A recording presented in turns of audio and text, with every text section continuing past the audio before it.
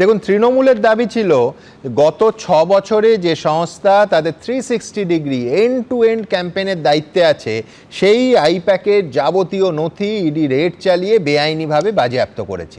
সেই নথিগুলো সংরক্ষণ করা হোক, রাজনৈতিকভাবে সেগুলো যেন কোনোভাবে ব্যবহৃত না হয় বা কোথাও প্রকাশিত না হয়। আজ ইডি কোর্টে আরও আরেকবার জানিয়ে দিল যে তারা কোনো নথি বাজেয়াপ্ত করেনি, কারণ যাবতীয় নথি মমতা বন্দ্যোপাধ্যায় এসে সেই নথিগুলোকে তাদেরই ভাষায় ফোর্সিবলি রিমুভড, সিজড অ্যাওয়ে, কনসিলড এবং স্টোলেন। মাননীয় বিচারপতি শুভ্রা ঘোষ বললেন যে তৃণমূলের মামলাটা যেটা ছিল রাজনৈতিক নথি এবং তথ্য সংরক্ষণের মামলা, এখন ইডি যখন বলছে যে তারা কোনো নথি সংগ্রহ করেনি, তাহলে এই মামলা তাকে নিষ্পত্তি করতেই হবে। আচ্ছা, দ্বিতীয়ত, ইডির করা মামলায় ইডির মূল অভিযোগ ছিল যে মমতা বন্দ্যোপাধ্যায় পুলিশ নিয়ে এসে নথি ছিনিয়ে নিয়ে চলে গেছেন। সেই মামলায় বিচারপতি নিষ্পত্তি করলেন না, মুলতবি রাখলেন। তার কারণ ইডি আগেই বলেছে যে সুপ্রিম কোর্টে তারা গেছে এবং তারা চায় সেখানেই মামলা চলতে দেয়া হোক। কার্যত ইডির দাবিকেই মাননীয় বিচারপতি মেনে নিয়ে মামলাটা মুলতবি রাখলেন।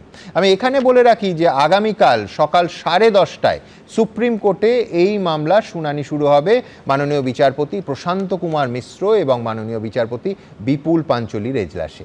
আমার পরের বক্তা আইনজীবী সূর্যনীল দাস। তাহলে কি আজকে হাইকোর্টে ইডির করা দুটো আর্জি কার্যত মান্যতা পেল?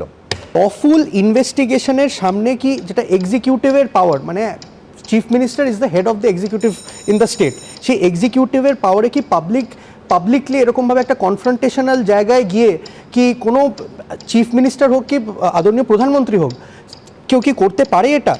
আজকের দিনে ইডির আমরা স্টান্সটা দেখে এসেছি ফ্রম দ্য ভেরি বিগিনিং, যে তারা কোর্টে গেছে, তারা কোর্টের দ্বারস্থ হয়েছে, সেটাই দেখায় ডিসিপ্লিন, একটা ইনস্টিটিউশনাল ডিসিপ্লিন। আর একটা ফান্ডামেন্টাল প্রশ্ন হলো, যদি ওনার প্রথম থেকে বক্তব্য ছিল যে ওনার পার্টির জিনিসপত্র তুলে নিয়ে চলে যাওয়া হয়েছে, তাহলে ওখানে পুলিশ প্রশাসনের লোকজন ওখানে কেন হাত দিয়ে ওখান থেকে তুলছে? কারণ পুলিশ তো at the end of the day, হ্যাঁ আজকের দিনে মিলিয়ে গেছে কে পুলিশ কে তৃণমূলের কর্মী, সেটা অনেকটা মিলিয়ে গেছে জিনিসটা, বাট তা হলেও সেটা সত্ত্বেও ওনার কর্মীরা তাহলে ওখান থেকে কেন নিয়ে যায়নি? যদি ওনাদের বক্তব্য থাকে যে ইডি পিএমএলএ বা ফেমা যে দুটো আইনের অন্তর্গত ইডি ইনভেস্টিগেশনস করতে পারে, সেটার বিয়ন্ডে গিয়ে অন্য কিছু কোনো পলিটিক্যাল ভেন্ডেটা করতে চেয়েছে।